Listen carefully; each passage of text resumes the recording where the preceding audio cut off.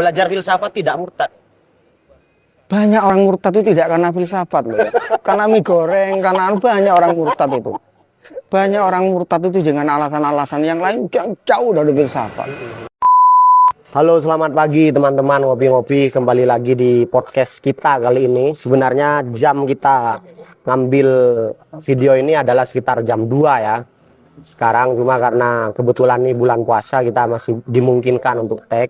Dan alhamdulillah pada malam hari ini, pada pagi hari ini saya diberikan kehormatan oleh salah seorang senior waktu kita di kampus. Beliau adalah seorang yang sangat concern di bidang literasi, teman-teman, baik dalam banyak hal ya, baik dalam filsafat, psikologi, dan komunikasi mungkin dan lainnya. Dan beliau adalah salah seorang yang selalu mensupport kita untuk aktif ya, terutama sebagai mahasiswa atau pelajar, untuk aktif setiap hari itu tidak membuang-buang waktu, yaitu menggunakannya untuk belajar semaksimal mungkin. Mungkin kita langsung saja perkenalkan beliau untuk kita nanti memberikan pembahasan yang lebih mendalam tentang topik literasi ini. Langsung saja mungkin selamat pagi Bung Yasin. Ya, selamat pagi. Alhamdulillah. Terima kasih Bung sudah meluangkan waktu selarut ini Bung. Minta maaf tadi kita telat ke Surabayanya. Saya berniat Bung, kita berniat tim ngopi-ngopi itu untuk diskusi dengan Bung berkenan dengan literasi sih. Apa garis besarnya literasi? Pertama karena ini sih Bung, mirisnya ya saya lihat beberapa tahun terakhir ini budaya literasi di kalangan mahasiswa tuh. Mungkin Bung bisa ngasih pengantar betapa memang sangat penting atau seperti apa keberadaan literasi di dunia pelajar nih. Ya, pertama begini, kalau kita kemudian mencoba untuk menilai tadi tanda kutip penurunan tingkat literasi lah, budaya literasi mahasiswa ya, mungkin sampel kita terbatas, tidak semenakutkan itu. Saya yakin masih banyak lah yang masih concern. Mungkin juga alasan kewajiban akademiknya, karena ada juga teman-teman di kampus itu memang tidak bisa tidak ketika dia harus concern ke literasinya karena kebutuhan akademik. Tidak keforsir di sana waktunya ya. Saya pikir begitu. Karena di masyarakat tipe sekarang yang tingkat populasinya tinggi, tingkat komputasinya juga tinggi. Setiap orang, saya yakin tidak hanya mahasiswa saja, itu merasa kesediaan waktunya untuk senggang itu mungkin tidak terlalu banyak. Tapi terutama mungkin waktu aslinya mencukupi, tapi konsentrasinya sudah banyak tergerus oleh hal-hal yang mungkin tidak berkenan, tapi itu menyibukkan betul. Acara tertentu, pertemanan dan lain-lain, banyak akses sosial yang menyebabkan mereka merasa sibuk. Meskipun itu dalam tanda kutip perlu dipertanyakan lagi mana yang mendesak, mana yang penting. Saya pikir itu tentang literasi. Saya lebih khusus literasi itu di dunia buku ya. Dunia buku. Karena saya merasa begini. Dari banyak yang kita amati di banyak media yang memfasilitasi tentang literasi, ada koran, ada juga wawasan online, media online dan lain-lain itu juga menyediakan literasi. Tapi saya secara khusus kali ini lebih memfokuskan tentang literasi buku. Karena menurut sepemahaman saya dan sepengalaman saya, di buku itu lebih lebih lamat-lamat. Sebuah media yang saya masih persepsikan lebih spesial. Karena sebuah buku terbit itu kalau dihitung lebih sederhana ya, kumpulan orang atau orang yang mencoba menyampaikan sebuah pesan melalui buku itu, insya Allah kalau pemahaman saya itu lebih sulit daripada menyampaikan pesannya melalui media-media yang lain. Ya, lebih sulit. Berarti belum tergantikan nih Bung sampai sekarang. Saya pikir tidak. Pada hal-hal tertentu yang tidak memungkinkan untuk digantikan literasi buku itu. Makanya kemudian tingkat kesiapannya, tingkat keseriusannya, tingkat rigidnya, saya pikir literasi buku itu satu strip di atas media pesan yang lain. Itu yang membuat saya masih respeknya lebih tinggi ke dunia buku itu. Karena saya yakin si pengarang buku untuk menyampaikan pesannya ketika itu sebuah buku yang dia tidak maksudkan untuk sementara, tidak maksudkan untuk menyampaikan pesan ini dengan batasan waktu, dia ingin menyampaikan ini bisa berlaku untuk waktu yang tidak terbatas, untuk masa yang juga lebih luas. Saya pikir mereka juga bersungguh-sungguh ada standarisasi yang mereka tidak bisa mengabaikan. Jadi menyampaikannya dalam buku mesti runut, itu hal-hal yang menjadi standar itu. Lebih runut, logikanya harus nyambung. Karena ya dibaca banyak orang dengan variasi logika yang juga pembaca ini berbeda-beda.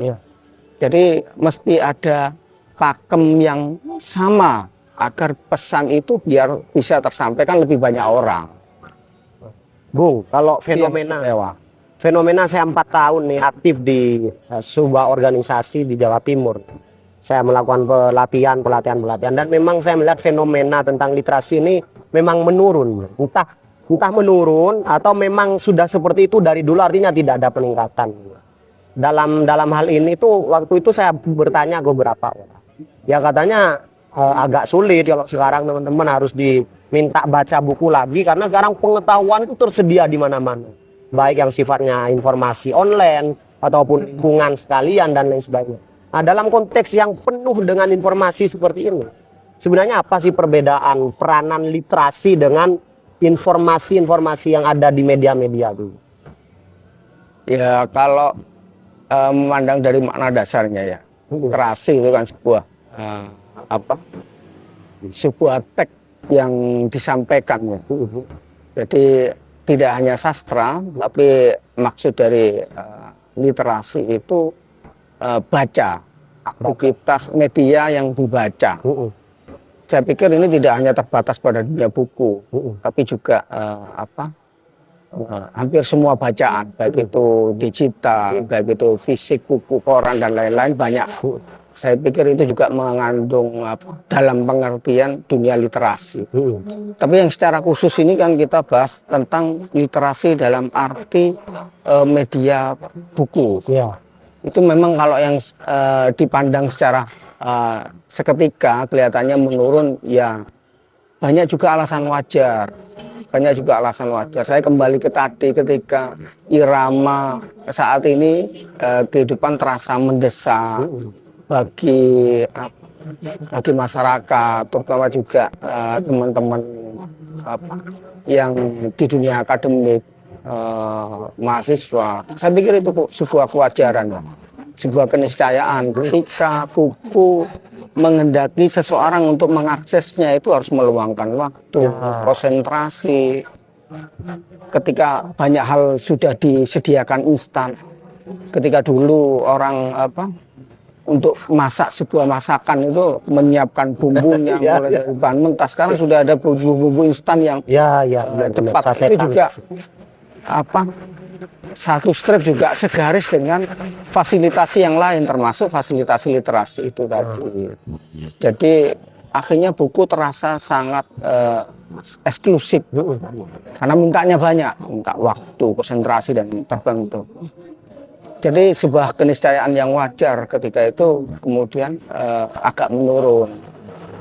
Tapi yang penting sekarang menjadi titik penekanannya adalah apakah dunia buku itu sepenting seperti waktu dulu di zaman sekarang. Benar. Saya pikir ya saya masih dalam bagian dari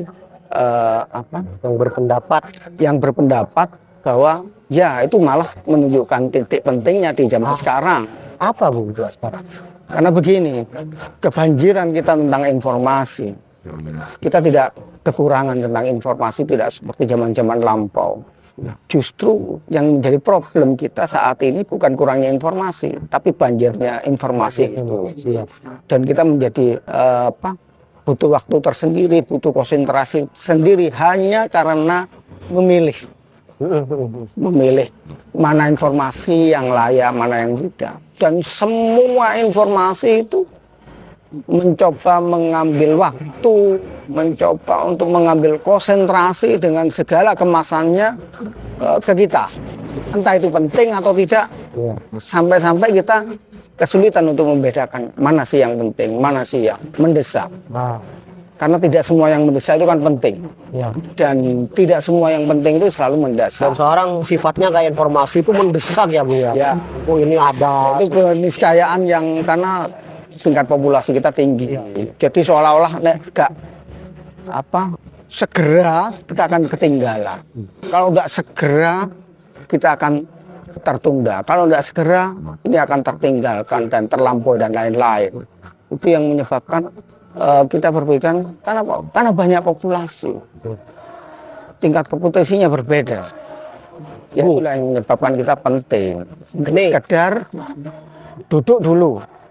Break dulu, coba cerna lebih seksama, coba dalami lebih intens lagi, agar mengenai kebanjiran informasi ini kita memiliki waktu tertentu untuk tidak sekedar diombang-ambing arus banjir informasi itu. Kita perlu menyediakan waktu tersendiri yang kemudian kita mendalami hal tertentu itu tidak sekedar instan. Saya pikir itu aksesnya di dunia buku. Bung, ini lebih spesifik, Bung. Kan bener kata Bung tadi itu. Kalau sekarang tuh kayak banyak mahasiswa atau pelajar tuh tidak tahu gitu kan pentingnya mana nih literasi. Wong sekarang informasi apa aja yang ingin saya tahu bisa saya ketahui dalam 10 detik, 20 detik, banyak sekali dalam banyak hal sehingga mudah banget untuk punya pengetahuan. Nah, spesifik Bung, menurut Bung di zaman yang sekarang apa sih perbedaannya? Ketika orang itu melek literasi, giat literasi, sadar literasi, punya budaya literasi, dan yang tidak di zaman sekarang. Ya pasti jauh lah, jauh. Pertama begini, aspek dipersilakan. Sorry tadi belum dipersilakan. Ya banyak aspek, terutama kita ini kan tidak semua wawasan, tidak semua informasi itu bisa kita cerna. Kadang-kadang kita juga butuh alatnya, sebagaimana kita mencerna makanan, kita juga butuh alatnya, ya gigi, tenggorokan, dan lain-lain lah yang sifatnya biologi untuk mencerna makanan itu kemudian bisa kita cerna. Sama halnya dengan wawasan atau informasi. Tidak semua informasi ketika kita tidak tahu alatnya kita tidak bisa mencerna. Tapi ketika dia disampaikan bertubi-tubi, hanya kita kurang selektif. Kita akhirnya kehilangan pijakan bahwa apakah ini penting untuk saya? Seberapa penting? Apakah ini perlu untuk saya? Cuman mungkin media saat ini membanjiri seluruh halayak untuk cerna informasi ini, tangkap informasi ini dengan kemasan-kemasannya yang lebih canggih untuk mengalihkan perhatian, meminta perhatian yang lebih. Jadi bedanya ya sangat jauh bagi mereka yang sebentar dulu istirahat dulu, mendalami sebuah wawasan lebih intens lagi, kemudian break dulu untuk memperdalam. Saya butuh alat literasi itu, contohnya dengan baca buku, karena saya yakin pasti sebuah buku itu ditulis itu juga dengan rangkaian logikanya. Karena dia menyampaikan ke orang lain juga harus memahami empati para pembaca. Karena ini terbaca, bagaimana tercerna. Bagi tidak kemudian seturut dirinya sendiri. Mereka yang kekurangan alat mencerna sebuah informasi, katakanlah dalam tanda kutip itu wawasan literasinya sedikit, mereka tidak memiliki filter, tidak memiliki kekurangan alat untuk mencerna sebuah informasi. Hanya mereka mungkin akan sering terlihat gamang ketika ditanya, kamu gamang apa? Enggak tahu. Mereka terlihat stres, depresi, merasa stres dan depresi. Padahal secara literasi itu enggak. tapi dia hanya mengalami kebingungan yang luar biasa dapat informasi. Reaksi demi reaksi aja. Dia hanya mereaksi. Dia sangat berbeda bagi mereka yang terliterasi. Kita menganjurkan bahwa bagaimanapun melek literasi itu satu vitamin yang bagi kita sangat baik untuk tetap sehat, tetap waras, tetap sadar akan common sense, akal sehat. Lebih memahami apakah ini nutrisi yang bagus bagi wawasan saya, apakah ini mengganggu penghidupan saya atau tidak. Ya itu saya pikir pentingnya sebuah literasi. Banyak lagi yang mengaitkan tentang literasi ini identik dengan leadership ya. Saya lihat banyak beberapa media ya, YouTube dan lain sebagainya. Bahwa orang kalau sudah literasinya bagus, jadi ada istilah bahasa Inggris tuh gitu. A great leaders are readers. Artinya pemimpin hebat itu adalah pembaca. Tanggapan Bung tentang istilah itu. Pertama begini, leadership, kepemimpinan itu tidak harus orang. Bisa, tapi yang dimaksud adalah kalau saya artikan ke sederhana ke teman-teman, yang namanya leader itu adalah memimpin. Jadi wawasan memimpin, watak memimpin, bisa saja orang tertentu. Kalau merujuk ke orang tertentu berarti dia punya representasi sebagai pemimpin. Dan rumusnya cuma satu, punya pengikut. Jadi kalau kemudian kita mengatakan seseorang itu leader, pemimpin, tapi tidak memiliki pengikut, ya bukan pemimpin. Dalam artian pengikut tuh kayak pemikirannya. Artinya, bukan. Artinya ada orang-orang yang mengikuti dia sebagai pemimpin. Ketika dia sekedar dianggap pemimpin, tapi tidak memiliki pengikut, itu sama halnya mungkin dia sekedar orang pintar, orang baik. Ya ini yang menjadi pembeda ya, bahwa seseorang bisa dikatakan pemimpin, rumusnya cuma satu, punya pengikut. Kaitan dengan literasi itu berarti. Nah, kaitan dengan literasi itu sebuah anjurannya, sebuah tips ketika sampean ingin menjadi seorang pemimpin yang baik, dengan tanda kutip yang baik, yang kemudian bisa melingkupi semuanya. Pertama begini, ketika wawasanmu itu kecil, maka yang bisa kamu pimpin ya hanya segitu. Ketika wawasanmu meluas, kamu menyediakan diri untuk diikuti oleh orang yang lebih banyak. Tapi ketika wawasan literasinya sempit, ya tidak mungkin lah dia kemudian diikuti oleh orang yang lebih banyak. Karena yang lebih banyak itu pasti akan banyak yang tidak menyambung sama dia, yang tidak bersedia untuk kemudian dipimpin. Karena wawasan literasi itu penting, menjadi tips trik seorang pemimpin agar diikuti oleh banyak orang. Dia akan menyadari bahwa saya menyediakan banyak hal. Ketika orang mengikuti saya, itu akan bermanfaat bagi mereka karena wawasannya melingkupi banyak orang. Dan menjadi catatan sederhana, sejak dulu sampai sekarang saya masih berkeyakinan siapapun orang yang saya tunjuk sebagai pemimpin yang luar biasa, saya selalu menandai dia selalu punya latar atau kebiasaan membaca, terutama membaca buku. Itu yang saya garis bawahi sampai saat ini masih berlaku. Alhamdulillah. Oke, Bung, kalau ini Bung ya, apa namanya itu di dunia yang hingar-bingar seperti itu. Iya.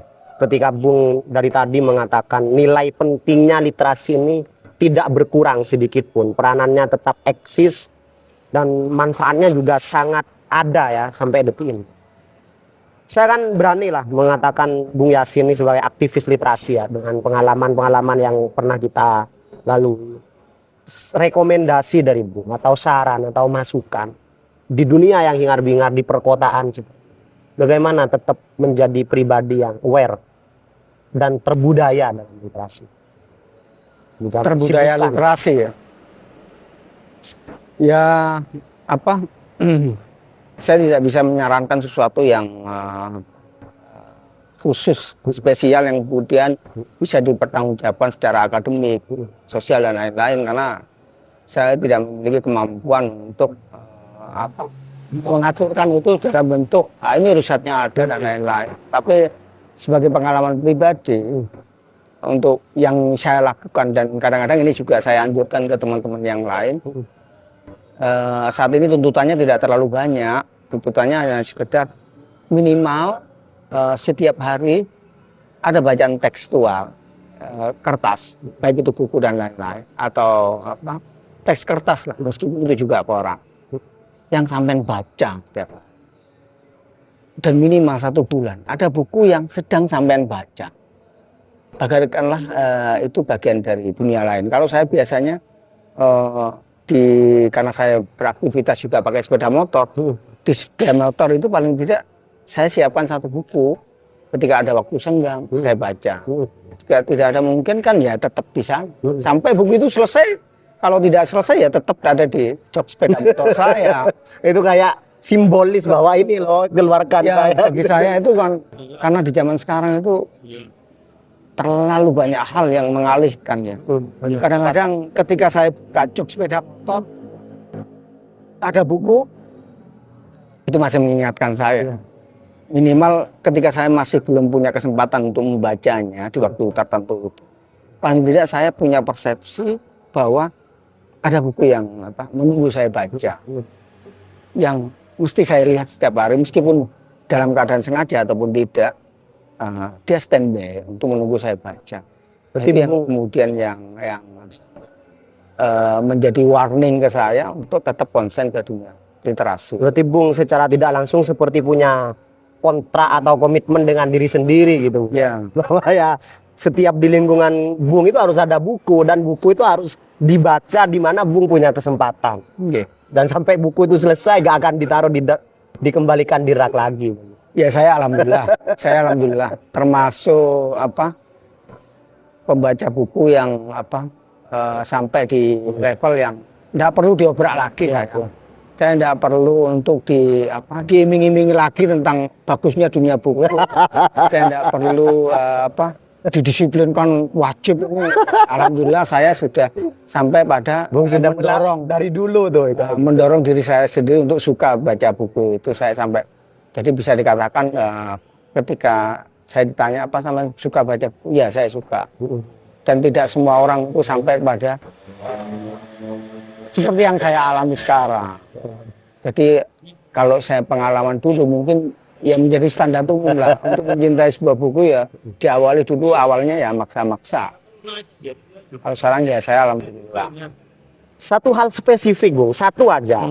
Satu hal spesifik yang Bung rasakan sendiri di pekerjaannya Bung sekarang yang saya lihat sudah sangat sibuk nih.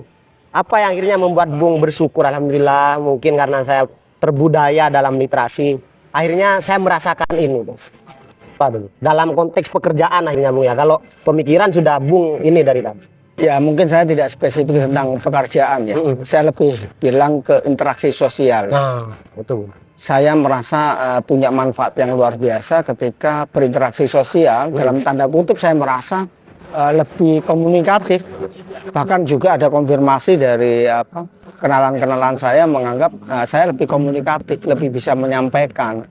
Karena ketika saya syukuri itu karena saya memang masih dalam tanda kutip mendalami literasi itu. Karena banyak masyarakat di luar sana itu ketika mereka memiliki kesulitan dalam berempati. Tidak hanya berempati hati, tapi juga berempati pikiran. Artinya seringkali kemudian saya menemukan dan saya sering juga lakukan dan saya terjemahkan apa yang mau mereka sampaikan. Seringkali itu mereka merasa bahwa saya lebih bisa dimengerti ketika menyampaikan maksudnya daripada dia sangat sendiri. dapat mengurai begitu. Karena ya kosakata saya mungkin karena latar belakang membaca buku itu lebih banyak. Padanannya lebih tepat. Akhirnya mungkin lebih akurat, dipandang lebih sedikit biasnya. Jadi bias-bias yang menimbulkan miskomunikasi itu lebih terkurangi. Ya akhirnya ya apakah itu keuntungan atau itu juga sebuah hal yang memberatkan bagi saya kurang tahu. Akhirnya saya banyak hal itu seringkali halayak mempercayakannya ke saya. Makanya kayak dalam berproses di tengah masyarakat sekarang saya ini banyak urusan sosial ya, yo RW, yo ketua koperasi, yo PPK juga. iya, jadi karena dianggap mungkin lebih komunikatif. Dan saya merasa bahwa itu kuncinya kalau saya rasakan karena lebih komunikatif, lebih bisa menyampaikan. Ketika orang lain mengatakan yang itu, yang kemarin, yang itunya itu tidak didetailkan, mungkin akhirnya saya menemukan kosakata bagaimana mengungkapkannya itu lebih rigid lagi, lebih komunikatif. Satu pembahasan terakhir nih Bung, yaitu tentang filsafat. Jadi karena Bung nih teman-teman, dulu waktu saya masih maba banget, saya mengenal kata filsafat itu dari Bung Yasin. Saya pernah dengar dulu beberapa di pondok dan lain sebagainya. Cuma akhirnya bisa berdiskusi filsafat, terus ngobrol tentang teori-teori filsafat, sejarah dan lain penokohan, pemikiran. Sekarang tuh filsafat tuh kayak kayak saya tadi baru dari beberapa podcast itu bilang bahwa jangan belajar filsafat di luar mahasiswa, takut sukses, takut sesat begitu Bung. Sedangkan Bung adalah tokoh yang mengenalkan ke kita dulu tentang filsafat, membuat bahkan kurikulum filsafat pada saat itu. Dalam konteks berbicara filsafat untuk mahasiswa, untuk pelajar, gimana Bung? Kalau saya begini, lebih khusus saya menyampaikan terutama ke dunia mahasiswa ya. Ketika saya pernah mengalami dan sampai juga proses sama saya tentang filsafat itu, khusus untuk mahasiswa, malah bagi saya itu hukumnya itu wajib. Malah wajib belajar iya. filsafat. Karena begini, filsafat itu justru menjadi momok karena ketidaktahuan dan sering menjadi justifikasi bagi mereka yang mendalami filsafat itu hanya di ujung-ujungnya saja. Malah kadang baru di pintu masuknya sudah menjustifikasi bahwa filsafat A, B, C dan lain-lain. Karena biasanya akan mempertanyakan Tuhan, alam apa. Karena batasannya kan jelas. Artinya begini, filsafat itu di luar persepsi orang-orang. Filsafat itu sebuah kurikulum yang diakui secara akademik. Bahwa filsafat itu diakui sebagai bidang ilmu, cabang ilmu yang diakui kemanfaatannya dan diajarkan dalam akademik dan itu formal. Artinya bukan sesuatu yang menurut dunia secara umum, bahkan menurut dunia formal. Itu filsafat itu ya bagian dari keilmuan yang bisa dipertanggungjawabkan. Bukan sesuatu yang menjadi momok negatif yang anggapan orang-orang yang tidak pernah mendalami filsafat ya.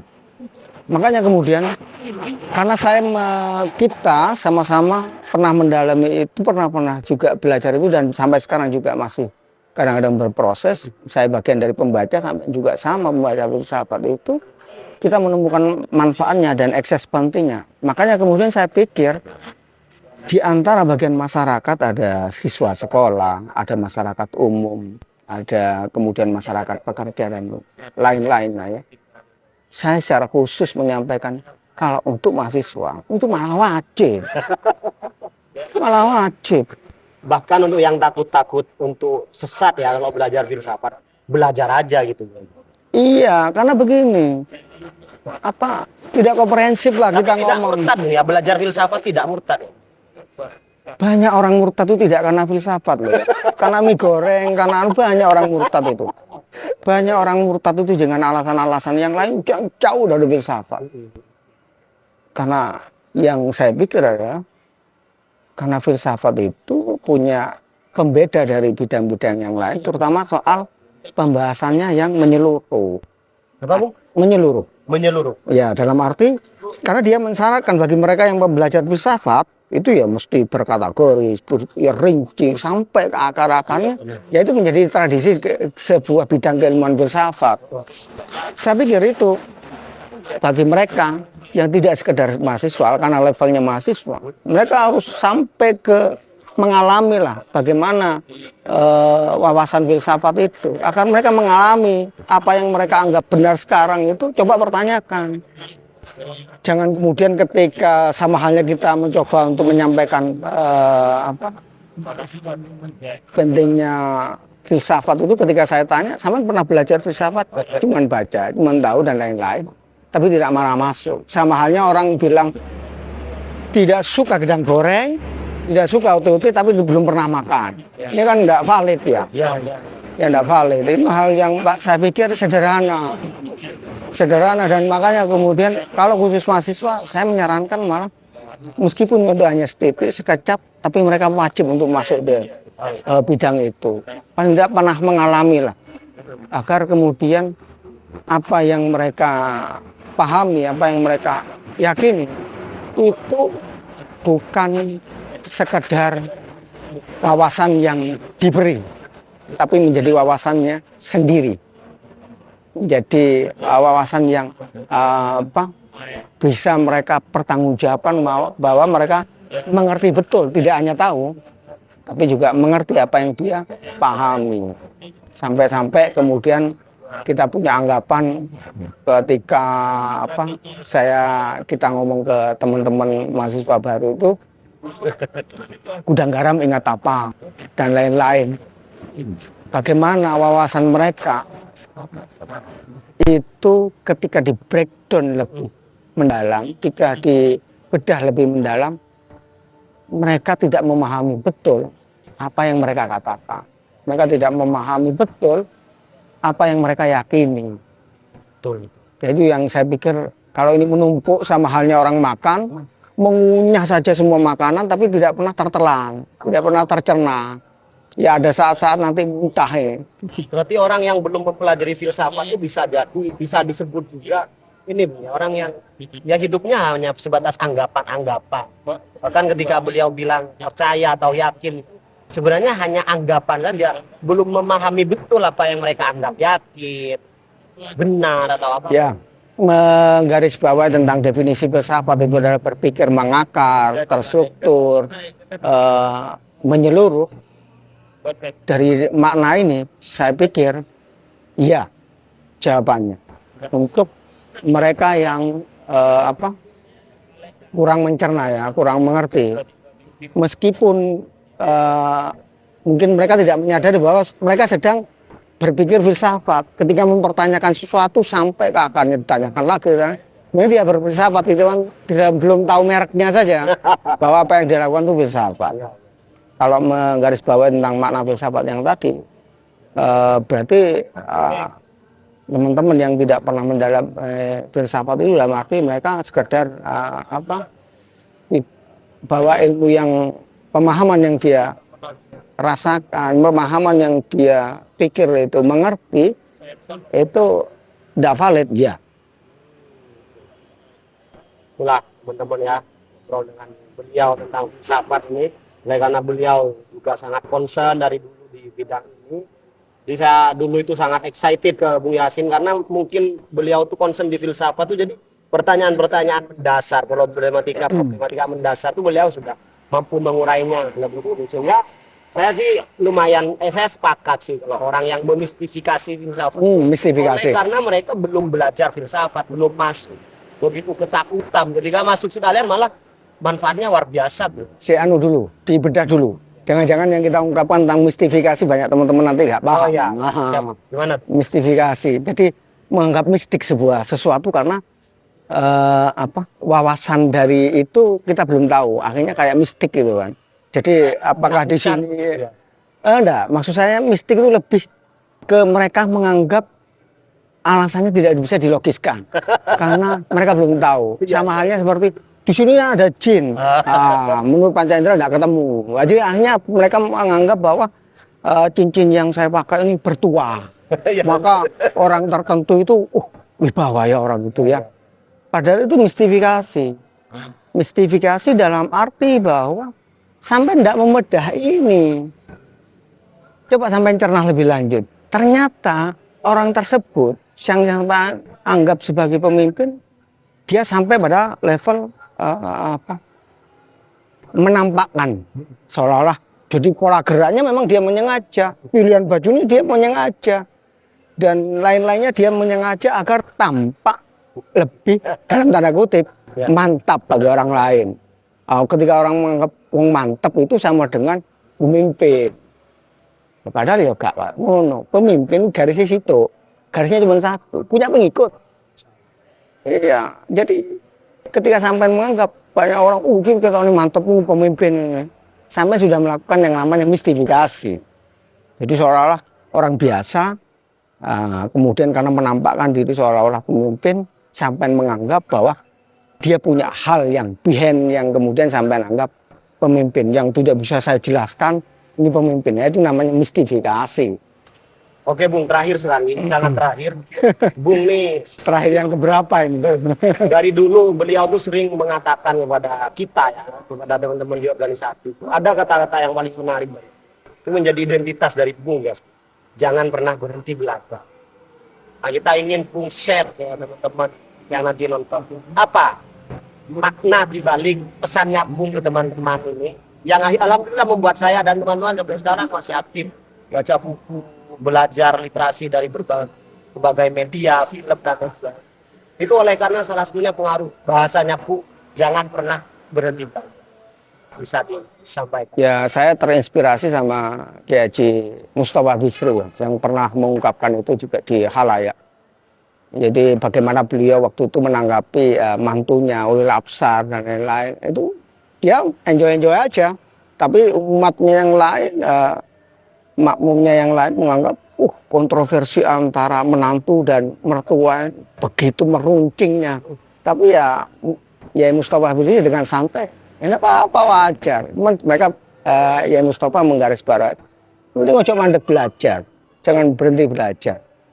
Jangan-jangan seringkali mereka yang kita anggap sesat, mereka yang kita anggap berlebihan dan lain-lain, itu baru di tengah jalan dalam proses belajar. Nah, ini yang kemudian menginspirasi saya untuk mengungkapkannya kepada teman-teman. Perlu saya bagi dan perlu saya ingatkan, perlu saya garis bawahi dari semua kata mutiara dan lain-lain.